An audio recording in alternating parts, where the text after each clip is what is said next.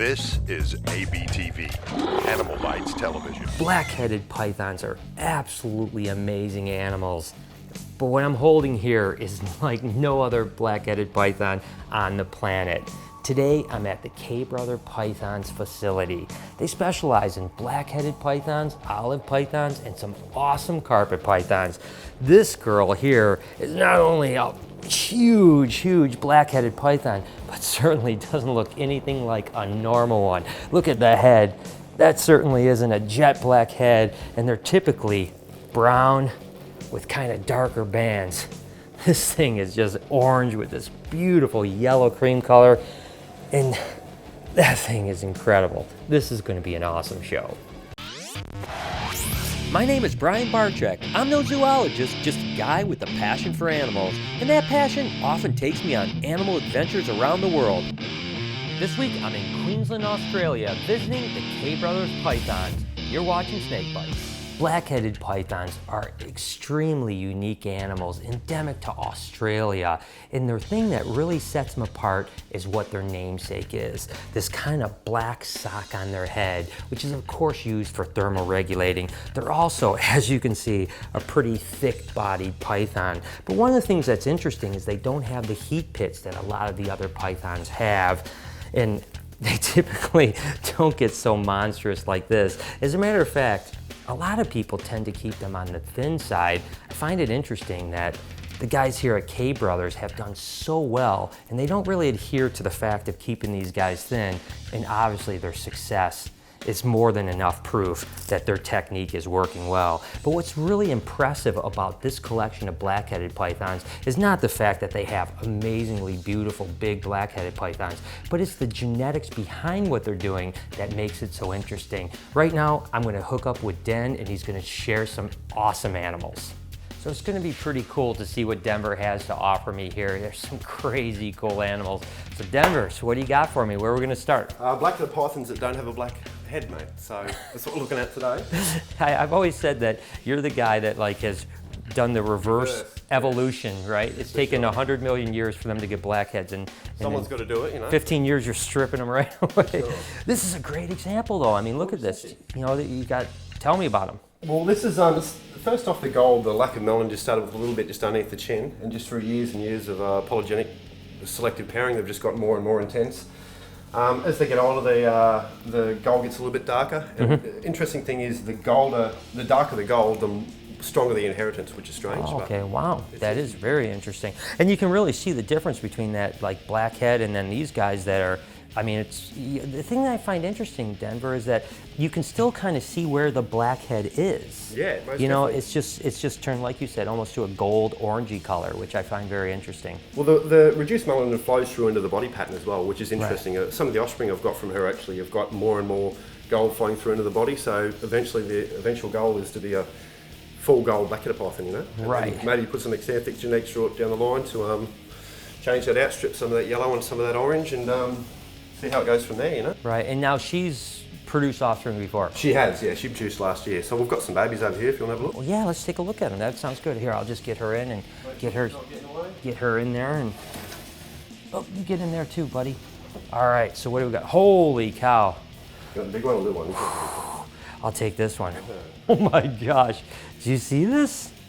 This is crazy. Oh my gosh, that's even more insane. And you can see that it's flowing through into the body pattern there as well. I mean, black-headed pythons are always a little bit more vivid around the neck, you know. But with time goes on, it's going further and further in the body pattern, so there'll be no black left on it whatsoever. Now that's what I find interesting. I mean, there's a couple things I think is really cool here, is that obviously the melanin, or that black part of its head, is also got other pigment underneath it. You know, it has orange or reddish pigment. You know, so it probably has yellow and red pigment, the xanthophores and erythrophores. And with these guys too, they're obviously really wacky pattern. Yeah, definitely. So is that linked to the reduction, or is that something different? It seems to be linked. A lot of these things, a lot of it is the marker, a bit of a stripe down the back of the tail, which is interesting, you know. And anything that's got sort of a stripe down the tail, or wacky sort of a pattern, has always seemed to have that gold through it, which is, it's hard to try and pick those specific traits we want out to enhance upon in the future, because they're all mixed in together, you know. So it's sort of, it's good and bad in both ways, I suppose. Right, no, that's These are incredible. You got a couple other guys over here. What else you got? We've got a few other clutch mates. Here we We're go. working on some striping here. I'll put that back for you, mate. Yeah, thanks, mate. All right, oh, there you go. Oh my gosh, these things are crazy cool. I mean, it's ridiculous. Well, here's some striping we're working on, early stage striping, sorry. Okay. You can see that down the back of the neck there. Oh my gosh, yeah. Total lateral striping. Interesting, hey? That's crazy. Now this is polygenic. Polygenic for sure. Okay. Yeah. This is another female here while you've got that one out. Yeah. Out there. Yeah, please. She's actually not too far from ovulating. Oh yeah, look at how chunky she is. And again, this kind of brings me to a question I was going to ask you. It's like I had said earlier in the show that a lot of people keep their blackheads a little bit thin. You obviously don't care about that thing because these blackheads are absolutely huge. So, yeah, you're probably, I would say you're probably the most successful person in the world breeding blackheads. So why is it that the idea is to keep them thin when you're having so much success really getting them chunky? I think some of these girls do get extra big because it's always a new fat that we're putting on. So as far as January and February, we just smash the food into them. That's what they're going to, the follicles are going to engorge from, obviously, you know. But over time, they just get bigger and bigger. I mean, a lot of these females are fairly big, fairly old. That girl, that first girl we had out, she's 15 years old. 15 years old. So, I mean, with years and years of conditioning, and we breed them every year. Most of the females we breed every year. So time and time again, they just grow. I always find it interesting that when this happens, where there seems to be kind of this false idea that something doesn't work. Yeah. And so when people start putting it out there, everyone just thinks that's real. Yeah. And then we come to a place like this and we realize, wait a second, everything we've been told is not true, you know? Yeah. And you're living proof. So anyways, let's back to the striping. Yeah, well, that's the striping down the back of the spine. Yep. There. The twin stripes down the Exactly. back, which is interesting. A lot of this stuff is all early stages. Right. So in another 3 to 4 years, we're going to put the next offspring back together and find out what's exactly going on, you know? Yeah, and you would certainly think that with that lateral striping right here, with two of these lateral stripers together, you may get a complete dorsal striping, you know, so you know, what other? So you're obviously working with striping, which I think is amazing. You're working with reduction of melanin, you know, that gold stuff. What's in your mind? I mean, what's the next thing you want to do? Well, there's multiple things. I mean, we've got one down here. I think the boy is right here. Trying to get the base pattern, I suppose, the base colour more and more vivid. Right. Not washing out with so much brown, I suppose. Yeah. You know? So the interesting thing is here, a lot of blackheads, as you know, as soon as they get a fair bit of age, they start browning out a little bit on the sides, like this girl here. You can see it gets dirty, But this is the same age, this snake. It's just smaller because he's a boy. And it's still clean, Yep. So time will tell, I suppose. And the amazing thing is with some of these colors and patterns and refining, you know, you start combining these. Yeah. And who knows what's going to pop out, you know? Not only who knows what's going to pop out, but you know, you've got another 50 years of work in this. You're going to be a great. That's the thing. You can't keep them all back. You know? No, this is amazing. Well, let's keep moving and see what else you got. I gotta see some of these other projects. I mean, this is. Let's check them out. Yeah, please, yeah. So these are some black ones, right? These are the black ones here, Brian. We'll start with this. Boy here first. Hopefully he doesn't bite me. He's a little bit aggressive. Oh, nice. Ooh, yeah, he's a nipper. He's fine today, though. Oh, look at that. Yeah, so that's a nice little dark boy. These are WA animals from Western Australia. And that's just tons of melanin on them. Yeah, tons. That's the boy, and this is the girl. She's actually not too far from ovulating, so. So is that like a founder stock animal, or was this a new project? How did this pop up? It's a new project. The early work was done by Peter Krause, one of the legends in Australia, you know. So we purchased these animals from him as hatchlings. Here, I'll take this one out of this. Yep. The last time you handed me a blackhead and said it was tame. It did bite, I remember that. It did bite. Actually, there was 2 bites, one in my arm and one in my crotch, if I'm not mistaken. So you see there, she's just about to ovulate. Oh yeah, she is low. You can see that distension right there. Yeah, we'll leave her alone a little bit, but look at how black that back is right there. And again, you can see its scales is just starting to spread, and yeah, she's going to have babies soon. So that's well, obviously eggs, but that's awesome. So obviously you're breeding this, and the idea is just more and more. Just to enhance the black, yeah. Enhance the black. Just so there's a few more projects to go. You know, we've got the golds. Obviously, there's some exanthic bloodlines here and there, a few spotted animals or ocelots, and this is a bit of black. You know, I mean, there's so much variance that you can work with in black-headed pythons. Right. Now I remember you showing me the ocelot ones. You're still working with those then? Yeah, we still are. Yeah. Let's take a look at those real quick. That girl's around the other side.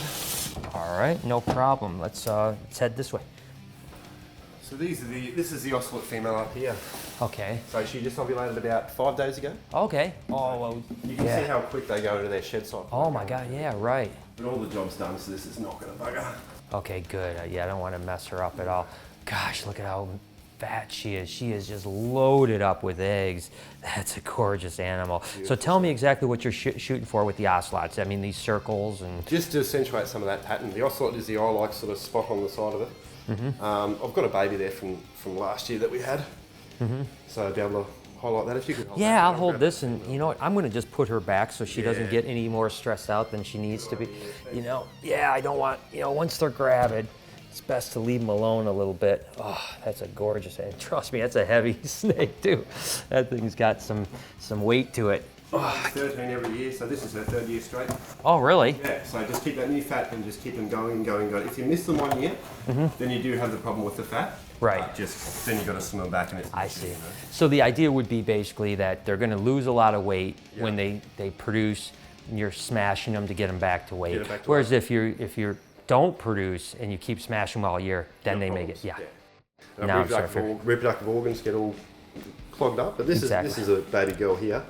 See the ocelot down the side of it. She's in shed, but doesn't matter. You can see the patterns. Oh my gosh, that's amazing. Yeah, again, you know, instead of that banding, you've got that beautiful pattern to it. That is cool as hell. I gotta tell you, every time I look over, I'm seeing the snake over here, and I'm wondering what the hell is that? It's coral calico. Here, I'll take this from you. You tell me what this is. We bred this one 30 years ago, and about the age of sexual maturity. So. Well, actually, a bit after, probably 3 or 4 years old, it started to shed its pigment. There's a lot of colour changes. A lot of people call them calicos, but colour change just seems to fit more if they change colour, you know? Yep. And shedded out the normal sort of brown pigments to, you can see the pinks and the coral sort of colours through it. Amazing. Interesting, hey? It's crazy. I've never seen that color in a black-headed python before. It's almost got like pink in it. It's really, now is he bred this year? Yeah, we bred him last year, so we bred him back to that striped female with the stripes down the side. So we got something very interesting out of the egg last year, so fingers crossed we can recreate that.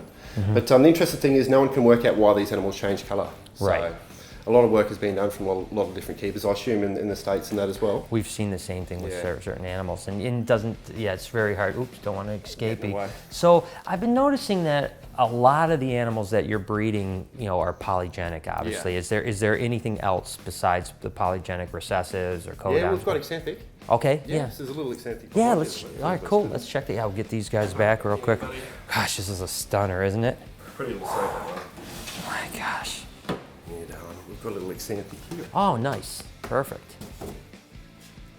Oh my gosh, that thing is incredible. Take a look at that. And of course, axanthic is the lack of yellow pigment. So when you get an animal like a blackhead that's a tan and brownish animal, and all of a sudden you strip that yellow away, it turns into this stunning white and black with some silver snake. I mean, that is incredible. And this is just a straight recessive. Yeah, completely. So the idea of these, while we've got the axanthics, is we can introduce that, as I said before, into the golds and try and strip some of that pigment away. And essentially you'll have like a silver snake, essentially, exactly. by the end of it. Gosh, that's great. So I'm already blown away. Do you have anything else to show me? Got a few pinstripes. Would you like to see pinstripes? All right, let's do that. Let's get these guys put away and go take a look at these guys. Whew, that is a stunner.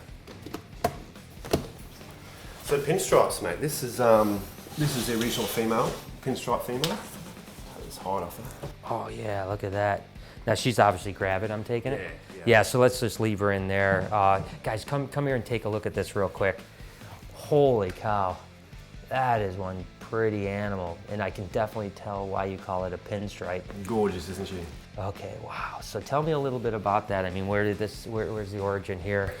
These trace back to a Queensland town in Jajara before the amnesty years and years and years ago. The old boys caught some animals, you know, and the founding stock came from that, and then through selective breeding, we're just getting closer and closer to some more pinstripes, you know. Gosh, that's so amazing. It blows me away how far you've come with black-headed pythons. It's not exactly a corn snake where it's easy to get going. This is dedication and years and years. You're not breeding them at 6 months, you know.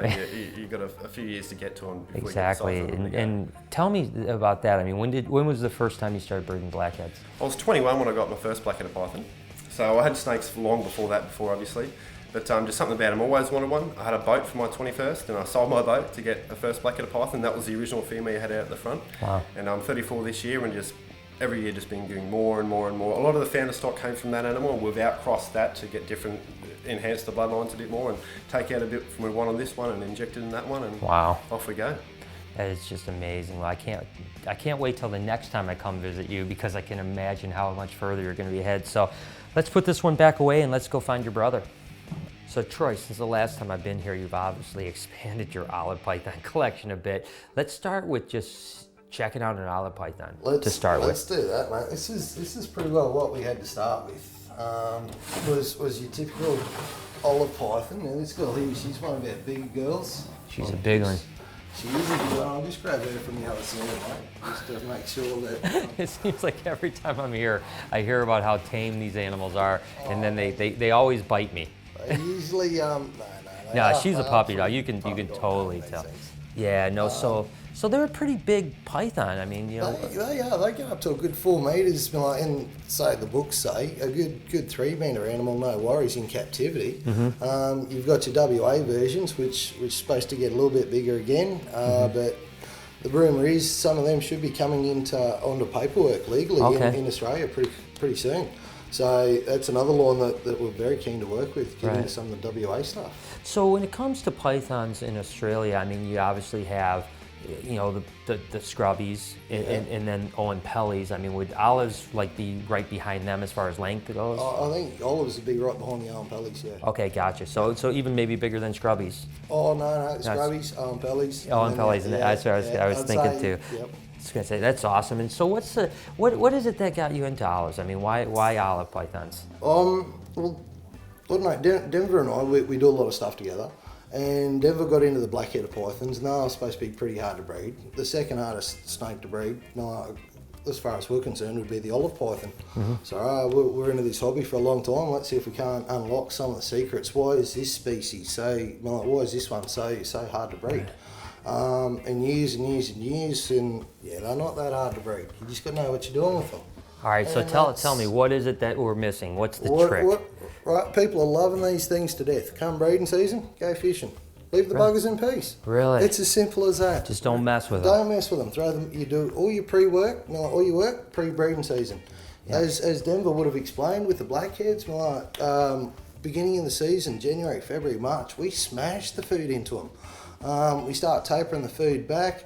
April, May, throw the males in. 1st of June, we go fishing.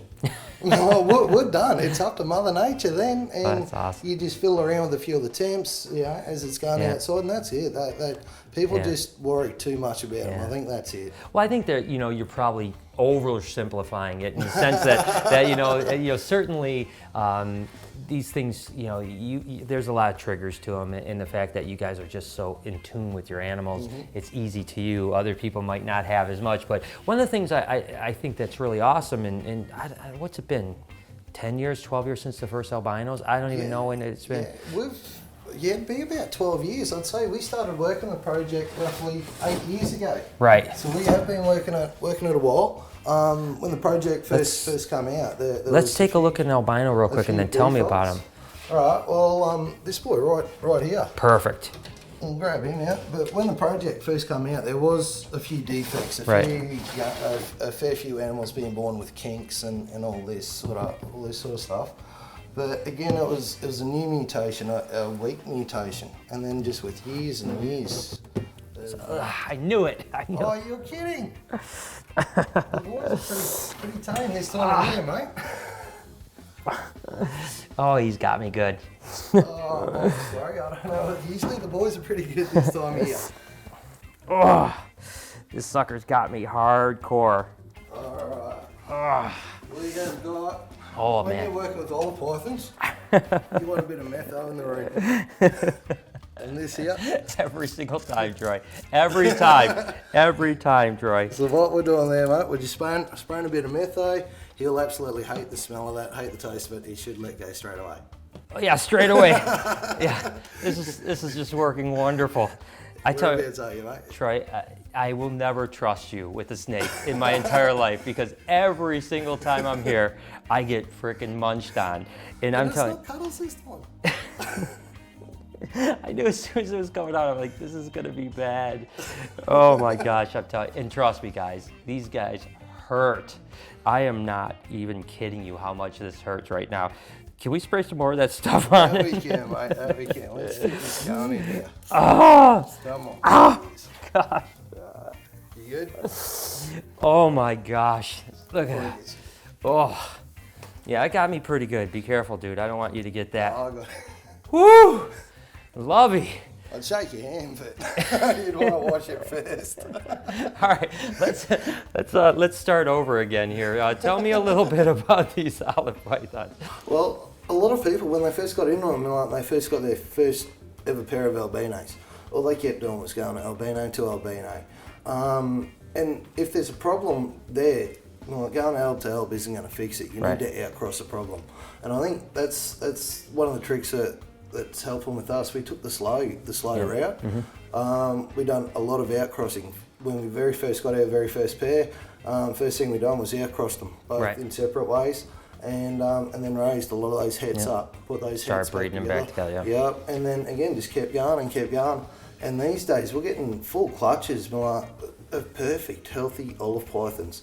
And the really exciting thing is we're starting to see the rest of Australia starting to produce olive pythons. We've put a lot of strong heads out there on the market, and the people that they jumped in, they grabbed some, and they're starting to see all that now. Yeah. They're starting to produce albino olives now, and that's awesome to see when you start seeing an olive python that was having so much troubles to begin with, but now the mutation's just taken off.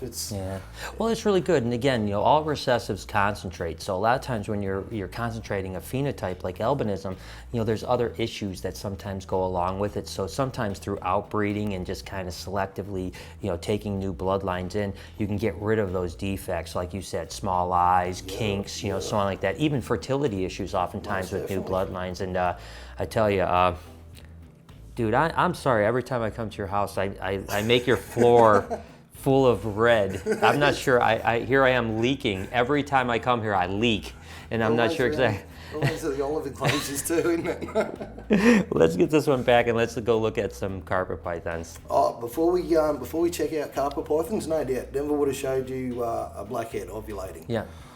I want to show you a little 2.5 year olive python. Now, a lot of the books say that these things can't be bred till they're 4.5 years of age. If you don't want it, just want to show you. Let's do that. 2.5-year-old girl. And I'm going to let. She's ovulating right now. So this little girl here, 2.5 years of age. As you can see, perfect size for an olive. 4.5 kilos at 2.5 years of age. And check out this swelling. Oh, she's right in ovulation. One of the problems that they used to have was fertility. That's gone. Like the young male we used, not a drama. This girl, not a drama. Everything with this species, A-OK. Yeah, as soon as you get that bloodline strengthened up, man, that's awesome. I mean, I tell you, olive pythons are incredible animals, and even though it seems like every time I'm around them I'm getting bit, I must just be an olive python bite magnet because everyone else seems to love these things, and they are really, truly amazing animals. But I'm ready to move on to carpet pythons. All right, man, let's do this. These guys have been working with some amazing carpet pythons for quite a long time. This one really caught my eye, and it's potentially a really special animal, and I'm going to tell you exactly why. There's some axanthic carpet pythons out there right now that have been around for quite some time, but this may be the first aneurystheristic. And again, let me tell you the difference between those two animals. The axanthic is lacking yellow, so it's going to be basically like a silver and blackish type animal. An aneurystheristic is missing the red pigment, but still has the yellow. So you can see there's tons of yellow in this animal, but it appears to be missing the red pigment. That gives it that really unusual color. Now, this isn't a proven animal yet, but I think it looks pretty promising. And in the future, if this thing proves out, it's going to be really awesome to unlock the potential of so many mutations by yanking the red out. I mean, think even a breadlie, which is a really red animal. If you yank the red out of that, it's going to look really, really different. So this carpet python is really special and can be a huge thing in the future. Let's take a look at some other animals that these guys have popping around here that just absolutely blow my mind. So we're in the hatchling room right now, and man, there's some killer animals in here. I'm just gonna set this one down really quick, and I wanna show you. This color is just shocking, and whew, he's fired up, that's for sure. Take a look at that thing right there. This happens to be a 75% hypo-bredli jag. So that basically means that the jag gene is obviously not bredli. That guy is so fired up. The snakes are after me today for sure. But this is 75% bredli and only 25% of the jag part of it, or that bloodline anyways. But you can just tell that that jag gene just makes things extremely pop. And of course the hypo-bredli are just so incredible. It is crazy how fired up this guy is, and he's getting pretty close to me too. I'm gonna keep my face away or I'm gonna end up getting a face bite. What's really interesting is take a look at this animal here and how much polymorphism can be in one clutch. This happens to be a sibling, the exact same clutch as that last animal. And take a look at how gorgeous that is. The pattern is just really quite different. I mean, that jag gene really does change patterning quite a bit. And I tell you what, when you combine it with that hypo jag, I wish we had animals this pretty in America. Oh my gosh, what a stunner. So the interesting thing about carpet pythons, or really the whole Morelia species with carpets and diamonds, is the fact that there's a lot of localities as well as subspecies. So when I looked at this animal at first, I'm trying to think, what is it? What's this combination? This happens to be a mutt of sorts. It actually is a jungle carpet, coastal carpet, diamond python, and Murray Darling carpet python. So there's 4 different localities slash subspecies combined into one animal. And when you put those all together, you really get something that is pretty special. I mean, you really can't recreate this animal. And as you can see, carpet pythons and even diamond pythons at this size are always pretty fired up. The cool thing is that as a carpet python and diamond python gets older, they typically chill out and become very placid animals. But that is one cool snake. You know, it's so cool because there's just hundreds and hundreds of amazing snakes here at K Brothers Pythons. I wish I could show you them all, but let's face it, there's only so much time in one of these shows. So I'm gonna kind of wrap it out with this beautiful animal right here. This happens to be a zebra carpet python, but it's a diamond and a jungle. That's what makes it so incredibly black and yellow. Now the zebra is actually a codominant mutation, and the super form is going to be a completely patternless animal. So when you breed it into something like a jungle or a diamond in this case, you have that incredible yellow. So the super version of this is going to just be a banana yellow snake, which makes it pretty cool. And again, tonight I haven't been fortunate with things trying to take a pop at me for sure, but again, they have amazing pythons all over this place. I could get lost in here for days. You can follow all of their adventures on YouTube at K Brothers Pythons, and as always, I was Facebooking and tweeting my way through it, so make sure to follow me over at SnakeBytesTV and on Instagram at SnakeBytes.tv. Until next week, you've been watching Snake Bites. Hi, I'm Peter Birch, an Aussie bloke who loves wildlife. My respect for nature started when I was a young boy in rural New South Wales. Since then, it's exploded into an obsession. New episodes every Thursday only on Animal Bites TV.